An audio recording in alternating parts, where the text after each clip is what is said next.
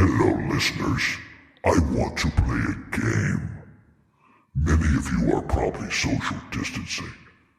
But what if the room you're in right now was an escape room?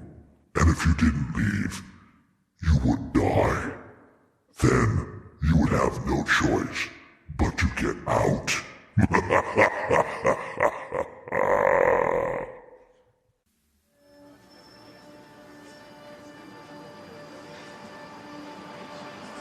In a world where nothing is known, nothing is certain, reality is not real. Wake up!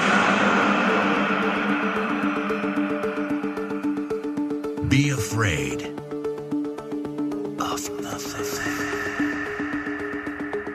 I'm Bob Heskey. Robert. The host with the ghost. This is my podcast, based on my paranormal documentary, Afraid of Nothing. Each episode, we talk to people who see life and the afterlife through a different lens. Join me. Who is this large man? And what's he doing in our bedroom? As we lift the veil and open our minds to see beyond our eyes lie. This is Afraid of Nothing.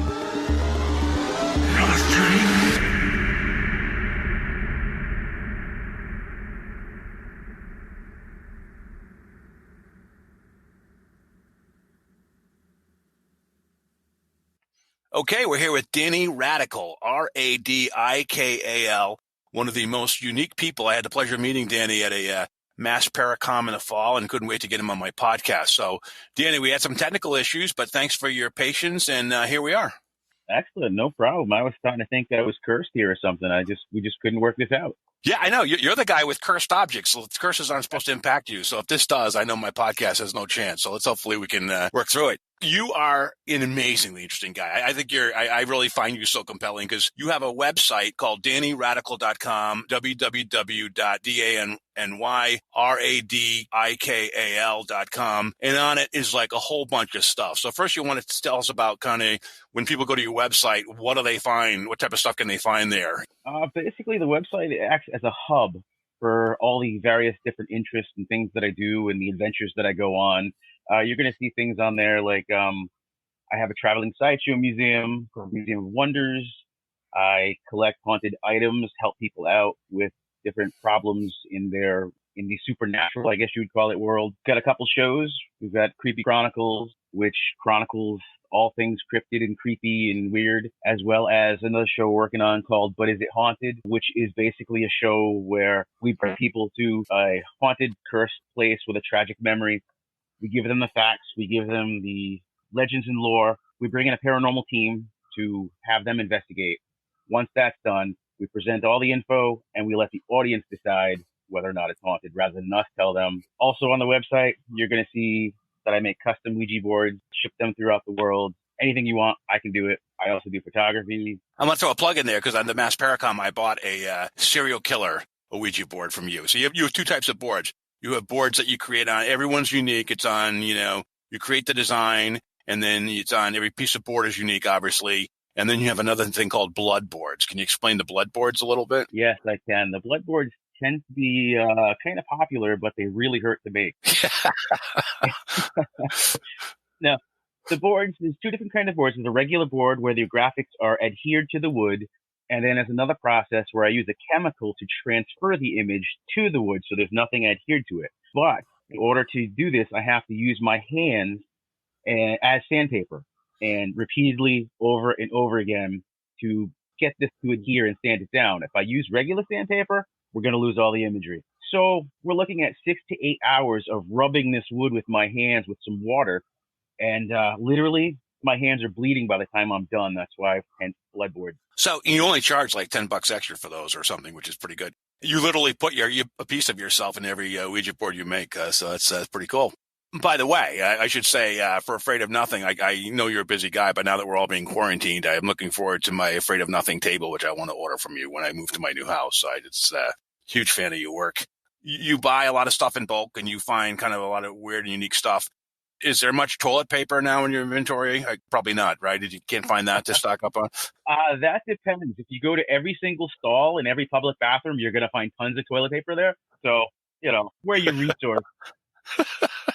Yeah, I put a complaining post on Facebook last night about, I can't wait till they start rationing. And then I looked online on Facebook today, and like places are starting to ration already, which I think you put the post up, which I think is actually a pretty good thing. So yes, I did. I think it's actually a really great thing because some people are being left out. Some elderly people, they only get out once a week. Oh yeah, I have like sleep apnea, so distilled water for a machine. Couldn't find distilled water anywhere. I went to 5 places last night, couldn't find any. So I fortunately got some this morning. So it's just kind of insane. I mean, and even like organic food for my 2 daughters are organic. I have them this weekend. I make food and nothing, no meat, nothing organic. Even the potatoes were all swiped up. So that was crazy. Oh. Yeah. So, what I wanted to start with is your typical week is not the typical week for someone. So do you mind? Because I think by telling us about your typical week is telling about who you are and kind of all the cool stuff that you do. So do you mind walking us through your typical week? Oh, yeah, no problem at all. Basically, my week starts on a Sunday. On Sundays, I tend to sleep a couple hours. When I say a couple, I mean 3 to 4 hours. I get up, I go to work. I work third shift in healthcare, caring for adults that are severely mentally challenged. I've been doing it now for 16 years. I do that from like 8 p.m. till like 9, 10 a.m. the next day. Go home, have a nice big old dinner, relax, making some Ouija boards, collecting haunted items, repeat. And I do this for 3 days. And then the rest of the week, I'm out picking, I'm out doing photography, I'm out making Ouija boards, designing stuff. It's just paranormal investigations. It's a lot of fun. I'm very thankful that I don't sleep much. Yeah, and you only sleep 3 to 4 hours a night, every night, right? Yeah, unfortunately. I mean, but when I'm camping, if I go camping, 8 hours easily. Really? Wow. Maybe you need to be out in the wilderness. You also drive, you have 2 very unique vehicles, and how you name them is kind of interesting too. You want to tell our listeners what type of vehicles you drive and how you came across the name for each of them? We've got 2 Cadillac hearses in the garage. Yeah, we named them based on the first rider in the back. So the first funeral, we named them after who they were held for. The 1968 Cadillac, her name's Dolores, and the 2004 that we just picked up, his name is Vincent. That's great. Now, and you, go ahead. There's also a story of why I've always wanted a hearse. I grew up with my grandparents, and every weekend, my grandfather and I, we would go out. He was a picker, and we'd go out to yard sales and things like that. And we come across hearses every once in a while. And whenever he saw a hearse, he would say, "Hey, it's going to be a great day." Keep in mind, I'm 6 years old, and I'm thinking to myself, that's kind of weird. So one day I finally, I was gutsy enough, and I was like, "Hey, Pepe, why is it going to be a good day? That's death." He's like, "Well, it's going to be a good day because you're not in the back of it." So being 6 years old, in my mind, I'm thinking, okay, well, if I own a hearse, then every day is a good day. Now, to add to the story, about 10 years ago, I see the funeral home in the local area going out of business, checked out the hearse, come to find out it was the actual hearse they used for my grandfather's funeral back in 1978. Oh, my God. Wow. Now, I've seen like shows where, haunted ambulance or things like that where there's death. Have you ever picked up anything or any experiences with your 2 hearses? Personally, myself, nothing, but I'm kind of skeptic on the whole supernatural thing. I want to believe, and I believe those that say things have happened, but I've never experienced anything. The only thing we've experienced in the 2004 hearse, Vincent, was every once in a while the uncomfortable smell of formaldehyde. Oh. It's interesting you say that you don't believe, because when I met you, you're a very laid-back guy, and actually you're perfect. Your demeanor is perfect for what you do. A lot of times people bring you cursed objects, correct? Correct. And how do they find you, or do people just point them to you? Or how did this happen when you started collecting cursed objects? Well, I started doing the sideshow thing. We're talking freaks and geeks and all that kind of thing. We're talking 2-headed animals and oddities and things. And on the side, I was doing the paranormal. And one day they just kind of just merged. It just happened. And so I started putting out ads on a monthly and weekly basis all over the country, stating that if you're having problems, give me a call. If you're a paranormal investigator and you come across something, give me a call. If you're an exorcist, demonologist, let me try to help. And that's basically what's been happening ever since. I get calls all the time. I never know who it's going to be. I get anonymous emails asking to meet at weird times of the night to pick up these objects. What are they usually? Are they the Dybbuk boxes? Are they mirrors? What are some of the stuff that you get asked to pick up? There's a huge gamut. There's I've got pieces that were in crime scenes. There are pieces that are, children's toys where the child choked to death on the chair. All aspects. I actually have a piece of the front end of the car that inspired Stephen King's Christine. Now, was that supposed to be cursed, or how did you get that? Basically, there's this car. It's called Golden Eagle. It was a police vehicle. You can actually Google it, Golden Eagle. You'll find all the info on it. Old Orchard Beach, Maine. Surprisingly, Stephen King, Maine. The car has a tragic history with death and deaths following it and it causing death. The police took it out of commission, sold it. The next family that got it, strange things started happening. Doors would open, people would fall out. The body toll just kept escalating. They just parked it, and kids would dare each other. Hey, go touch it. Go touch the car. I dare you to touch the killer car. And one kid went up and touched it, and a couple days later, and we're talking children now, a couple days later, he grabbed a shotgun, killed his family and the dog. Yeah. Oh, God. And so you have the front fender or whatever for that car? What happened is some Christian fundamentalists came in the middle of the night and they stole the vehicle. And they believed it was possessed by a demon, and they hacked it up into pieces and distributed all over Maine junkyards. I got an anonymous call from someone that said, hey, this is what I got. Do you know what it is? I said, yeah. He's like, okay, meet me at 2 a.m. alone and at the last rest area in New Hampshire on Route 95, right before the Maine border. I mean, I was safe. I had a bag of Doritos and a machete on the side of me, so. Wow. And so how do you hand off that? Did he have like a hoodie on? Did he not want to, give you his name? Was he dressed incognito? No names were exchanged, no nothing. Basically what happened is I was sitting in the rest area and I'm facing the building and I'm thinking to myself, wow, I'm not sure if this is a good thing to do, but all of a sudden I look up in the rearview mirror and there's a flatbed wrecker behind me. So now I can't leave. And I look, and they usually have the identifier on the door of like the name of the company, the Cohen Company or whatever it is. And it was covered with cardboard and duct tape, so I couldn't read it. Oh, God. Next thing I know, there's this older gentleman jumps out of the truck, and he had told me about his tragedy. He thought it was a joke.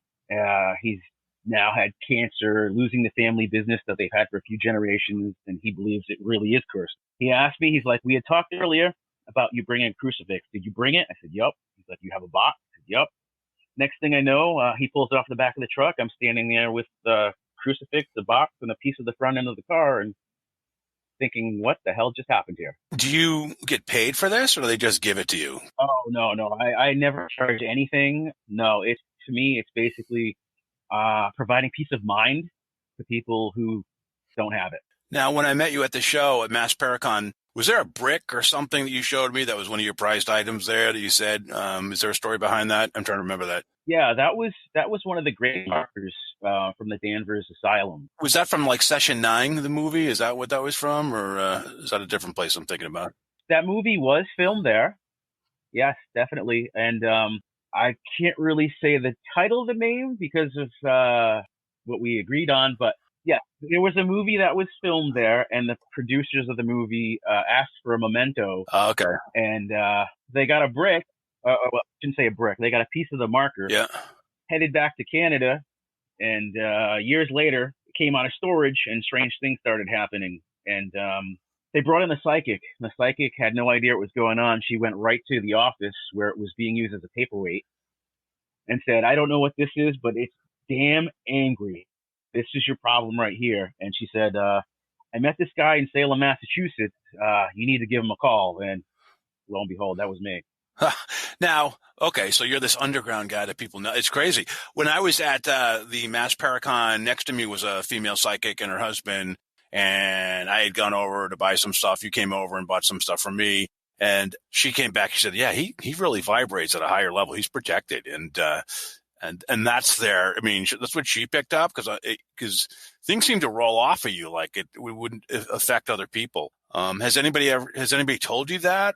Actually, yes. I met up with a woman who was a shaman, And she told me, she said, listen, I'm going to tell you right now, you have a lot of First Nation blood in you, and they're helping you. She says, let me guess. She's like, you're a protector for some reason. I don't know why. I don't know how, but you're a protector. Let me guess. You probably work in healthcare. And I was like, oh, Oh my God. I was taken back by that. I was like, yes, I do, And Danny, 16 years. Most people probably don't last that long, right? In healthcare, do they last a lot shorter? It's a picture of healthcare, I guess, in human services, I guess, right? Or yeah, I'd say the average is 2 months to at the max 2 years. Usually, I've seen a lot of people go. So it's crazy. And why do you do it? Is it just the hours, or just because you feel that there's a need that's unmet, and if you don't do it, no one will do it, or is that why? Or well, as far as third shift is the hardest position to fill, and to me, I think it's the most vulnerable that the house is in, because I mean, you've got money, you've got controlled medications all in the house, as well as these people who are completely vulnerable, and you're the only staff on. Are you the only guy, or how many patients in where you're at?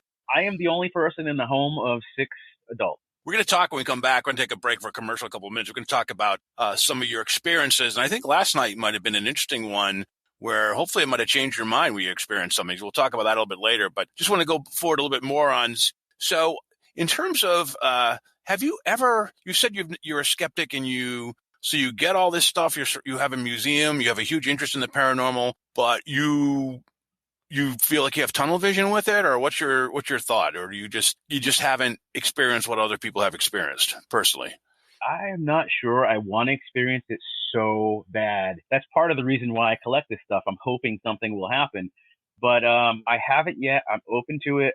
Something strange did happen a couple months ago that like really blew my mind. We'll go into that. Yeah. I'm hoping. I want it to happen. Afraid of starting your own podcast? Buzzsprout makes it easy. In fact, it's so good, they've already helped over 100,000 people launch their own podcast, including me.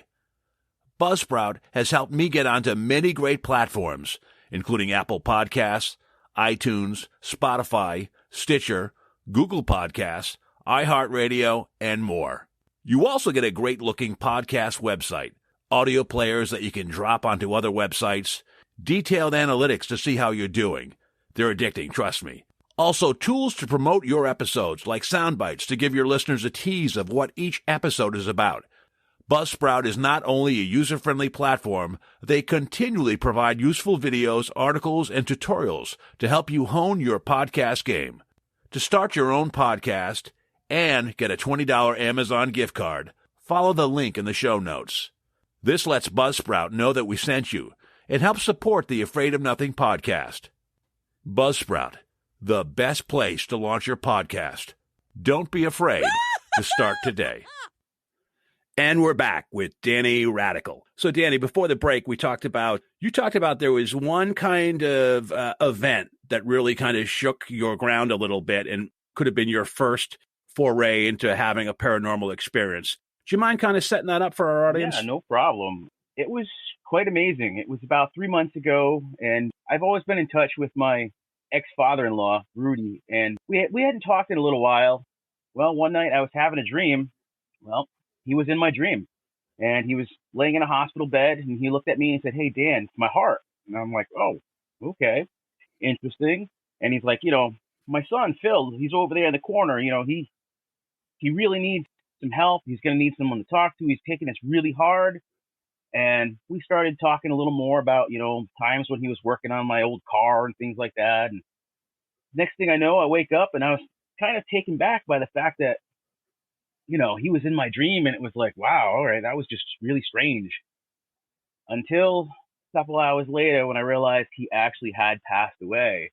I literally didn't know how to take it. I ended up on the floor in a ball crying, because that stuff's not supposed to happen.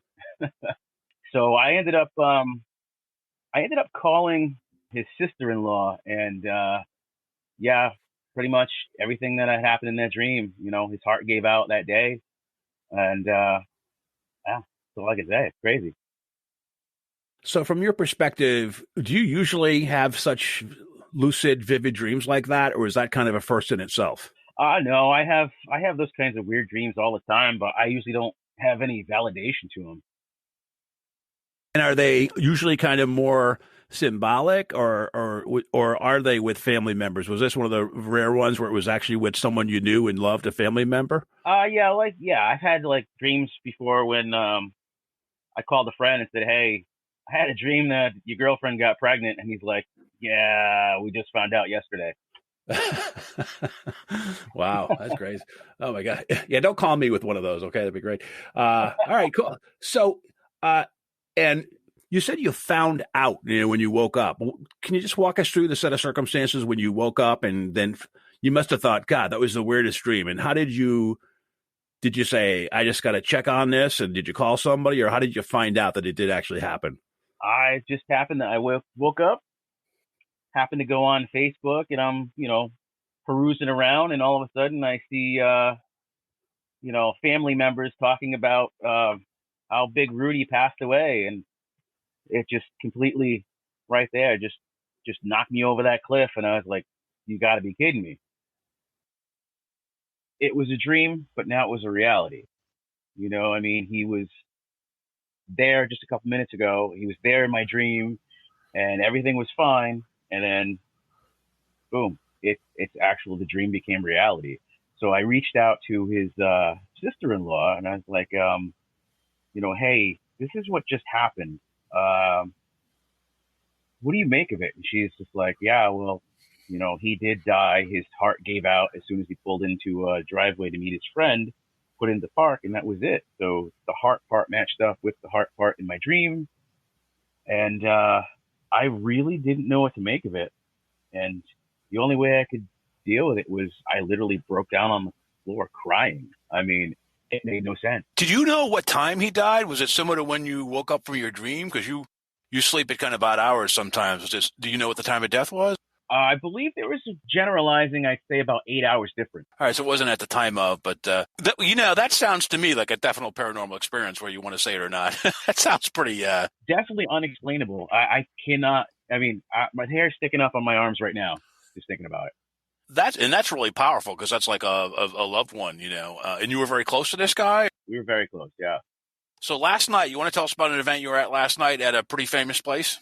Yeah. Last night, we helped host a ghost hunt with author Sam Baltrusis at the Lizzie Borden House. I've been there. On the documentary Afraid of Nothing, I brought a shaman in, and he thought it was just going to be just a tourist trap. He walked in kind of skeptical, and boom, he was hit right away. He had experiences in the room where Mr. Borden was killed. He had experiences with the Knowlton Hosea room, with the toy box with the kids. And the basement, he felt something very strong. So I just kind of curious what you guys did some pretty interesting thing. Want to talk about kind of the process you did, and then you actually, I think, got involved in something, right? Yeah. My girl, Lauren, she's the head of MassCon Paranormal, and Sam Baltrusis and I decided we had a large group with us, so we were trying to involve everyone. So we decided to use the Estes method, which is basically using a ghost box, an SP7, and with noise-canceling headphones plugged in, as well as a blindfold. So the person that is using the ghost box is the only person that can hear it, and they're blindfolded, and then the people around them ask various questions. So the person with the headphones on cannot hear the people asking questions. All they're doing is repeating whatever they hear on the ghost box. So these questions and answers should not match up, because, for one, you can't hear the other people asking the questions. You can't see their lips moving, so you don't have a cue mark on to when to answer questions. And we tried this for the first time as an experiment, and it went phenomenal. I mean, it was just amazing. Who was the first one? 'Cause I know Sam is he's an author, he's a historian, but he's also I guess he's a medium, psychic medium too. Was he the first one to have the noise-canceling headphones on, or did they just have someone from the group do it? Sam was the first one to go in for a couple sessions. Then Lauren jumped in. After that, we had a couple of people in the audience jump in, and I did the finalized one down in the basement. It was crazy. Yeah, the basement's got some weird stuff going on. Before we go off to that, your girlfriend and partner in crime, Lauren, is she psychic at all, or is she kind of like you, where she's a skeptic but willing to embrace something that happens? she's the yin to my yang. She's a believer. Okay. Okay, there you go. She totally understands where I'm coming from, and she actually looks towards my point, towards her point, kind of using the both to, okay, well, I see this side and I see this side, and, oh, well, wait a minute, that does make a little more sense. Maybe that is coincidence, or maybe hey, no, it's supernatural. So does she, so has she had experiences? Yeah, she's had a few experiences. She's seen things. She's experienced things that she couldn't explain. Your museum of cursed objects, is she an empath or sensitive about things that are brought in, or do you think that you kind of protect her or something so it doesn't affect her at all? That's a possibility. I have no idea. She calls this her sanctuary. Really? Oh, she's fearless. Wow. She's having a bad day. She's having a rough time at work, or bad things just happening in life. She says when she gets home, everything just goes away.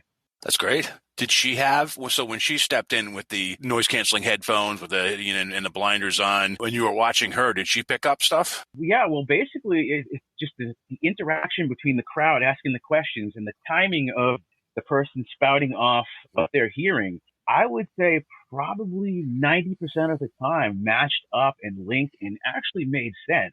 For me, it was like, okay, how many coincidences does it take before they're not coincidences anymore? Yeah, and was this not just in one room? It was in, what rooms did you choose in that house that you did this in? Oh, geez. There was like 5 or 6 different rooms, I think. The basement was the worst. We added a little extra to the basement. I'm a guy of science. A lot of paranormal investigators have noticed that whenever they're doing investigations and they're making contact and things like that, that batteries start to go dead. And, they drain and whatnot or whatever. So I'm thinking, okay, well, how can we generate power without using the power that we have? So I brought into the investigations a Tesla coil, a battery-operated Tesla coil. This thing will actually light a light bulb without touching. It'll just energy through the air, and you don't want to touch it because it would electrocute you. I got burnt, and it really sucked. Yeah. How did you make that, or how did you find that? I've got a friend who's kind of an electronics genius. So he's like, yeah, I can make that. And yeah, he did. Wow, very cool. So a lot of activity, and you decided to get into the fray. Was this near the end? Were you one of the last guys to do it? Yeah, I was the last guy. It was about 1:00 in the morning, and we did it till about 2. Every single session that we went through had the same underlying theme that no one, at least I shouldn't say no one, that I never thought of with the Lizzie Borden case. And repeatedly, over and over again, it revolved around sexual abuse. Really? Oh. Was it by whom? Was it by Mr. Borden to the girls, or was that clear? Or? Very clear. Mr. Borden to the girls. Okay. Lizzie and her sister? She had a sister, right? Got a sister. And this, according to the session, happened years after years, to the point of where they were bringing in other people for money to do it. Wow. That is a different take. Jesus. You don't see that in the Lizzie Borden movie that was out. And the, what would you call it? The her resentment to her stepmom was for turning a blind eye to it. As, back in those days, women didn't really speak up. And if something was happening, that's what you did. You turned a blind eye. So they were picking up, you believe, was it just Lizzie? Was it Lizzie and her sister? Because Mr. Borden came through a little bit when the shaman was there. Do you know what entities were appearing that night or seemed to be coming through? We tried not to pull Lizzie because Sam had picked up that she didn't want to come to that house that night. She didn't want to come to 2nd Street. She wanted to stay in Maplecroft. Right. But she ended up coming there, as well as Abby. And whenever the mention of he's coming or Andrew or whatever, things got bad. So was that the name of Mr. Borden? So just to clarify, there is a second house. Was that a house that she lived in later on in her life after she was cleared of the crime, or is that the one you're talking about? Yes, after she was cleared of the crime, she eventually moved into Maplecroft. Okay, so it would make sense she would be more at the other one if she had a very bad experience in this house, Especially with all the stuff that came with it, the residual stuff, the name that she had for herself, that, get rid of that part of your life and move on. Yeah, yeah. So did she seem, all right, and I know I want to get back to what you're talking about. I'm asking you to interpret stuff. Sorry, so it might even be fair or appropriate. I was going to say, did she seem like some spirits seem like they're caught and they're trapped because something bad happened and it keeps repeating in a cycle. Did she seem to be moved on, but she stayed as she hasn't gone to the light? She stayed as a ghost, or what was her situation? Why hadn't she moved forward? Did Sam or anyone comment about that? No one really commented on why or how she hadn't moved on. Basically, everything we were experiencing was firsthand through her eyes at the time of the stuff that was going on. And this was there was one point where she was around 5 years old, another part where she was older, and it kept progressing through the night. And we didn't want to stay on that route, but it just kept going back to that route. And so how many people roughly in the group? Just curious. Was it like 10, 20? I would say about between 15 and 20. And some of the people had, a sense of unease or picked up on stuff, or was it just a few people? Or at the very last session that we did, like I said, I can't hear anything that's going on outside of the ghost box. I got to tap on the shoulder to stop, and I pull it off, and I pull the blindfold off, and there's people in the group that are crying. There's people that have dropped to the floor, and everyone's yelling and screaming, and I'm just like, what the hell's going on? Did you even know, because you said it was like an hour, did you know how much time had gone by, or any sense of that? Was it almost like you're in a water tank floating or something? You were just you kind of got oblivious after a while. No, nothing like that at all, unfortunately, because I'd love to try that. But it was just kind of I was hoping to feel like something supernatural or magical or whatnot. I just felt like the middleman just listening to voices, and it's not really voices, just sounds of things. And, it's going through radio stations. And whatever I hear, I did emphasize. I was like, okay, guys, I'm hearing Journey, Don't Stop Believing right now. And everyone, dancing. Yeah. Am I correct that you had it on for an hour? That's a long time. Was it an hour that you had the noise cancellation headphones on? It was, I would say 45 minutes to an hour. That's a long time, don't you think? That's a lot to put. That's wow. That's a long time. It flew. It really did. It flew. And did you get, as you heard stuff and you reported it back, was it just, like you said, was it almost like you were a radio station transmitting stuff, frequencies, or did you have any emotional feeling tied to what you were hearing? I had absolutely zero emotional ties to anything. I was the middleman. I was just repeating what I was hearing. I still have yet to go back and listen to the tape and watch the tape because we recorded it, audio, we recorded video, and we recorded FLIR as well. Sam Baltrusis, he's very much an empath, and your girlfriend Lauren is too. Were they, when you took your blinders off and looked at them, what was their reaction when they were looking at you? What was your first thing when you looked at those two people? Actually, Sam had already left for the evening. He had to go to work. It's just basically Lauren and I with the rest of the group. What I saw was some people in the group that were crying. Lauren was crying on the floor hysterically. Oh God, that's gonna be hard. Yeah. She couldn't stand up. People were helping her up, and I'm trying to figure out what is going on. In the meantime, and I rushed to her, and we get her on the chair, and people were reviewing the FLIR that was going at the same time earlier before this had happened, and they're like, "Look, the heat signatures dropped from 75 to 56 instantly, and there's a shadow there right in between you and Lauren." And right in between us was the Tesla coil. Oh, wow. Yeah, we're going to review it later today and see exactly what we have. Like I said, I'm a skeptic. That was strange. Let's, stop there. And do you mind if I put you through the pain of another call after you've had a chance to review it and kind of share some thoughts? Is that all right? Or that'd be great. Yeah. So let's just put a stop there. Yeah. We'll stop here. And then we'll go back for a part 3 of this and what your find out was. So that'd be great if you don't mind. No, that's perfect. Cool. Okay, so I'm here actually now. It's been a couple days. I'm here with Danny and with Lauren. So Danny, do you mind do me a favor and introduce Lauren for the audience before we go into your kind of personal experiences at Lizzie Borden? Well, this is Lauren. She's my girlfriend. She's the lead of Mascon Paranormal. Where I'm a skeptic, she's a believer. So it's the whole yin yang thing. Welcome, Lauren. Thank you for taking some time to be with us tonight. Thank you for having me. Give us a little background on your paranormal group that you run and some of the things that you do before we go into what happened at Lizzie Borden. Sure. Our name is Mascon Paranormal. It was started in 2015 by myself and my daughter. We have been into the paranormal for probably about 12, 15 years now.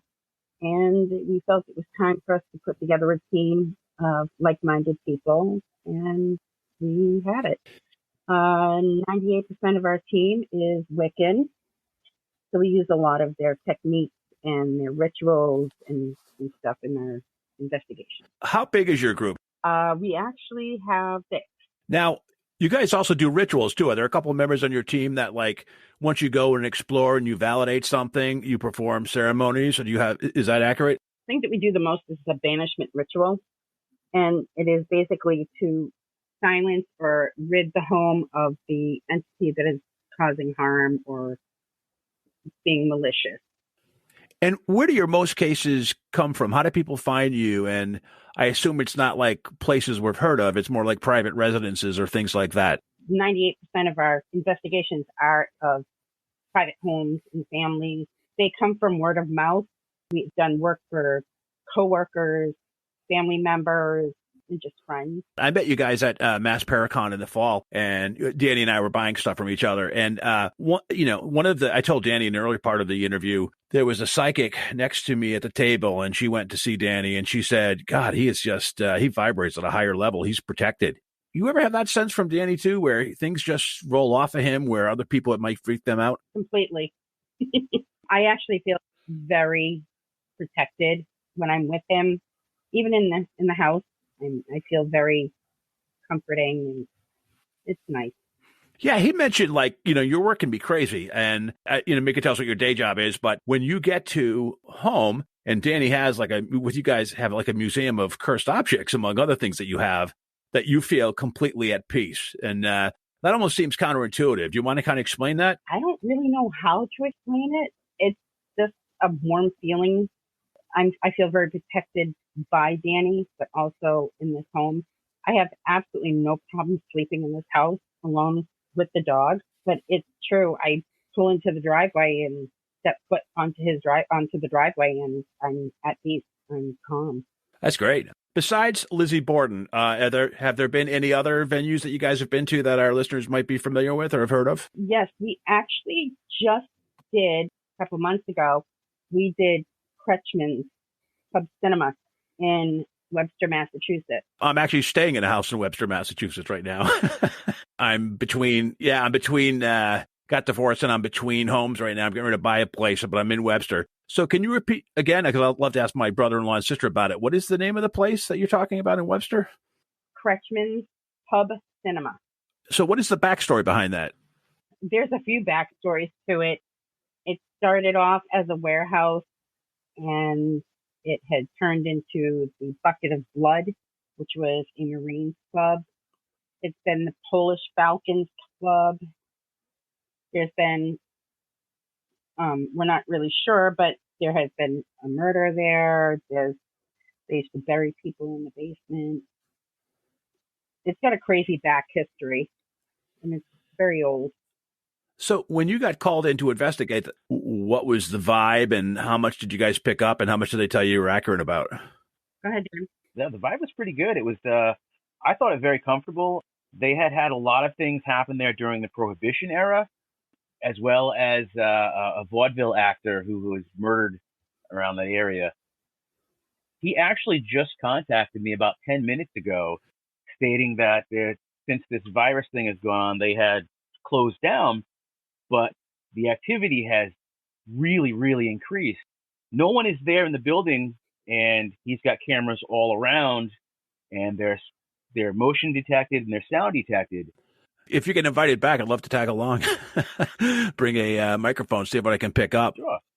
Excellent. Now let's talk about Lizzie Borden. So you both were there. Was this the first time, or had you? We'll start with you, Lauren, first. Had you been to Lizzie Borden before, or was this your first time there? This was my first time there, and I loved the home. Now, did you have I did a film called Afraid of Nothing, and we brought a shaman in, And he didn't have a lot of background, and he was kind of skeptical. He thought it was just kind of a tourist thing, but he was hit right away, and he had a bunch of experiences. He had an experience where in the room where Mr. Border was killed, obviously. He had an experience in the Hosea Knowlton room, the kids' room upstairs, and he had a really kind of strong experience in the basement. You guys were kind of doing stuff throughout the house. What was from your perspective, what was your kind of most favorite, most paranormal part of the house?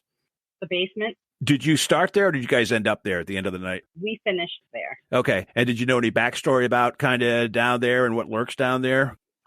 No, I really didn't. There's stories that you hear, but it was like, they're just stories. I'm not really sure what was fact or what was fiction. And I think Danny mentioned earlier, you guys had like 10 or so people that were there for a night with you guys and Sam Baltrusis. Sam had left, I guess, by the time you were down in the basement, or by the time Danny was kind of locked and loaded with the blinders and the headsets on. Lauren, you know Danny pretty well, and you know he's a skeptic, but things roll off of him, which kind of may terrorize other people.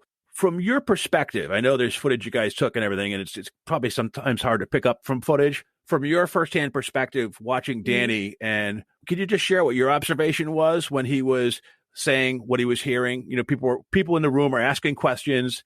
Danny doesn't hear it. He can't see people. He's just replying what the spirit box is saying.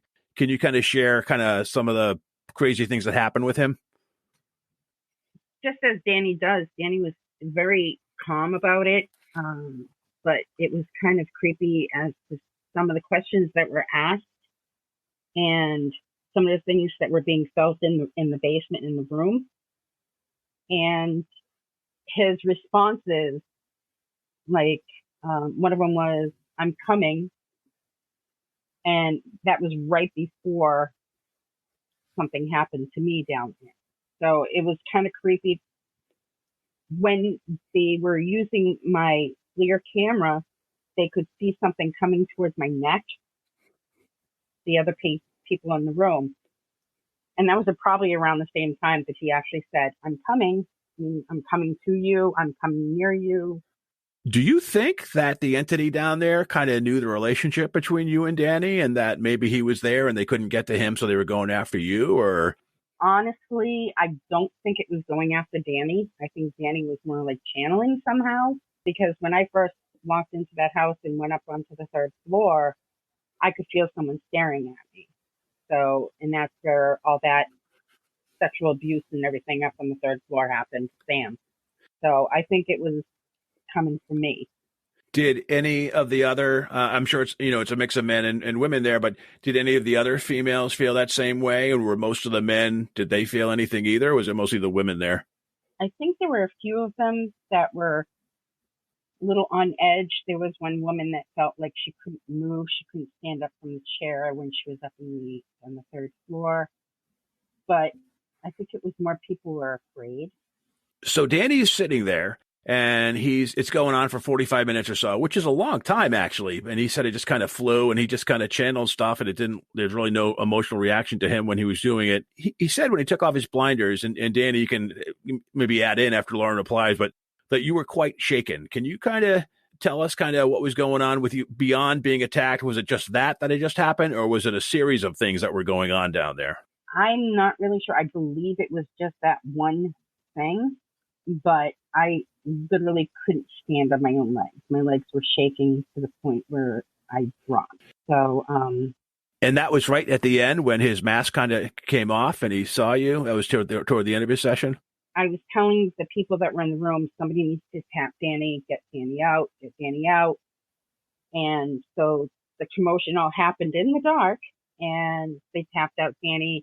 Lights went on, and I'm going to the ground, and Danny catches me. Okay, so this is another thing too. So it's totally dark. You mentioned flare camera. I should have picked up on that. So it's in a total darkness. So maybe people didn't even know what was going on with you, right? So you're in the dark. You're kind of like so you're feeling this, and you feel like you're going to drop to the ground, but people around you probably were totally unaware. Is that accurate?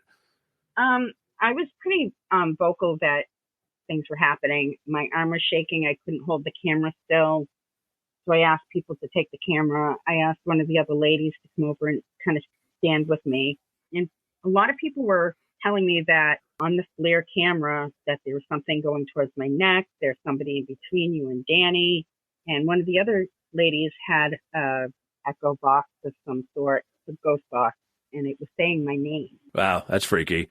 I've had that happen to me too. And actually, I've had my full name said, which, I had tunnel vision for the longest time and then things were coming too easily and I stopped doing EVPs. So was this the ultimate experience for you of your career so far in terms of really being impacted and feeling like you had a connection with the paranormal in one place? Yeah, I would say so. I've been in drumming circles with my team and have ended up in places I did not feel very comfortable. But yeah, I'd have to say that was probably the scariest thing I've seen and felt. And was your daughter there too, or? No, actually, it was just Danny and I. Okay, and it's weird because, you had mentioned Danny is very calm and a protector. Is this like the one place you've been with him where you felt that, obviously it seems like it was, where you were attacked and felt vulnerable, correct? Yes. But like I said, once he took that blindfold off, he was there. So, Danny, tell us, your kind of feeling. So you had alluded to it before, but you take your blindfold off and you see what's going on with Lauren, obviously a person you care about deeply, and you're shaken. The ride back, what was the ride back? Did you feel like anything came with you guys, or did you feel pretty confident you had left it at the house? Oh, I was pretty sure, whatever was there is actually still there. What to make of it? Yeah, I don't know. Because like she said, a few people had said they had seen something in between us heading towards her. Also between us was the Tesla coil, which we're using to supply energy to whatever. So, yeah, not here. Even if it was, it probably wouldn't have survived in the house. I love it. That's great. And I was going to say, so there's no residual effect at all. Okay, so you're back to, so there's no, there's not like once burned, you're not affected, you'll go right back out again, and it didn't affect you, it didn't impact you negatively at all, Lauren, or did you? What was your takeaway from, if you're going to say someone was going to go to the Lizzie Borden house, what would you tell them? And what do you think was in the basement? Do you think it was an entity of the Borden family? Do you think it was something demonic, or what was your personal gut feeling? I felt it was like possibly somebody from the family, a male entity. It, like I said, and you've heard that the night kind of had a sexual twist to it, but it was, I would go back. Matter of fact, I can't wait to go back. And anybody who goes, I told my daughter, told anybody from the team, I can't wait for you guys to come. It's going to be great. Wow, that's great. It seems like everybody has like at least their one place. I was talking to medium Colleen Costello, the Celtic medium in the USS Salem, was she had never been totally afraid until that one where she was actually chased by a spirit off and it actually, but it followed her home and she couldn't get rid of it for like months, and she didn't realize she was possessed. And it's kind of what Sam Baltrosis went through, I think, on the TV show he was on, where he was possessed after doing kind of a reenactment of something, and his life was just totally askew for several weeks until he was cleared. She kind of went through something like that. So it seems like there's that one spot for everybody. Danny, who knows? Maybe there's one for you out there, I'm hoping. You're hoping. Nobody, the rest of us aren't. How surprised were the people at the Lizzie Borden house about what went down that night? I had not heard of that angle, that take on things. I only went there once for the film, but I had not heard of that type of take, the sexual abuse and stuff. There's that at the S.K. Pierce house, but I had not heard of that at the Lizzie Borden house. Were they surprised, or was this something they'd come across before? I think everyone was completely surprised, myself included. I had never heard that take on it, but, those kinds of secrets, that time period, yeah, a lot could happen. It's definitely a house of secrets. Definitely. Yeah, Lauren, what's your takeaway? Is there something unsolved that you want to go back and have resolved there? I do. I want to know who the person was that was up on the third floor, that was like kind of behind me, and the person who I encountered in the dining room and in the basement. It was, I would like to know what's going on, and maybe have some closure for Lizzie. Now, were these different entities that you saw? You mentioned a couple different rooms. Was it the same entity, or were these different entities in each room? I honestly couldn't tell you. I know that when we were doing the Estes method, when Sam was going into the different rooms and doing it, it wasn't till after he left is when I started. So he was trying to keep me from trying to keep me from doing it because he knew that there was something kind of coming up on me. Did you say to him after, you left, holy Jesus, Sam, did you tell him what happened? Was he kind of surprised and said, yeah, I sensed something, or what was his reaction? Yeah, I didn't speak to him, but we did have some messages back and forth. And he did say, that's like kind of kept doing it so you wouldn't do it.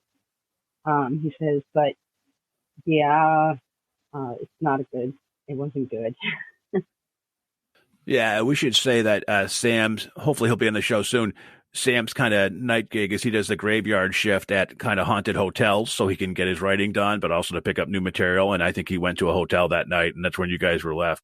I'd like to wrap by, first, we'll start with you, Lauren. Can you just tell us, how people can find out or contact you at is it MassCon Paranormal? Yep.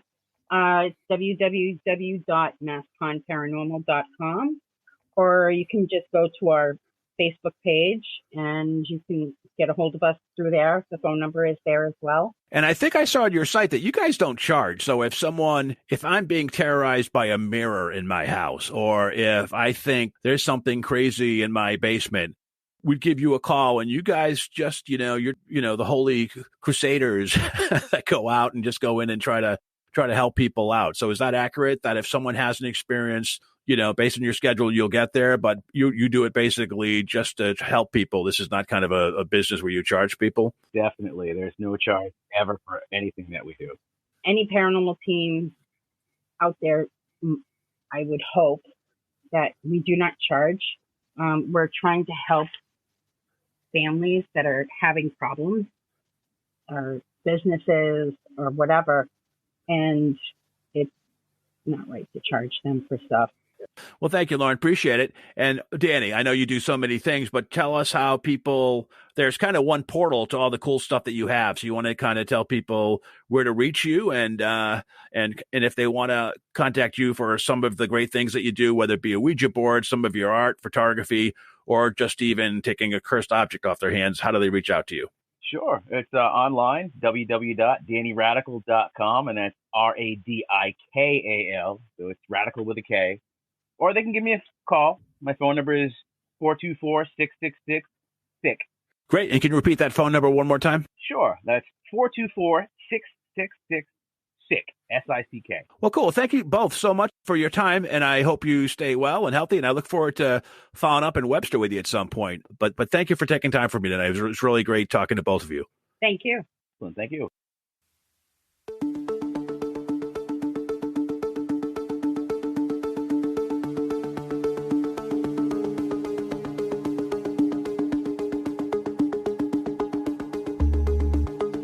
You've been listening to the Afraid of Nothing podcast. Please subscribe and like us on Facebook. Until next time, stay scared.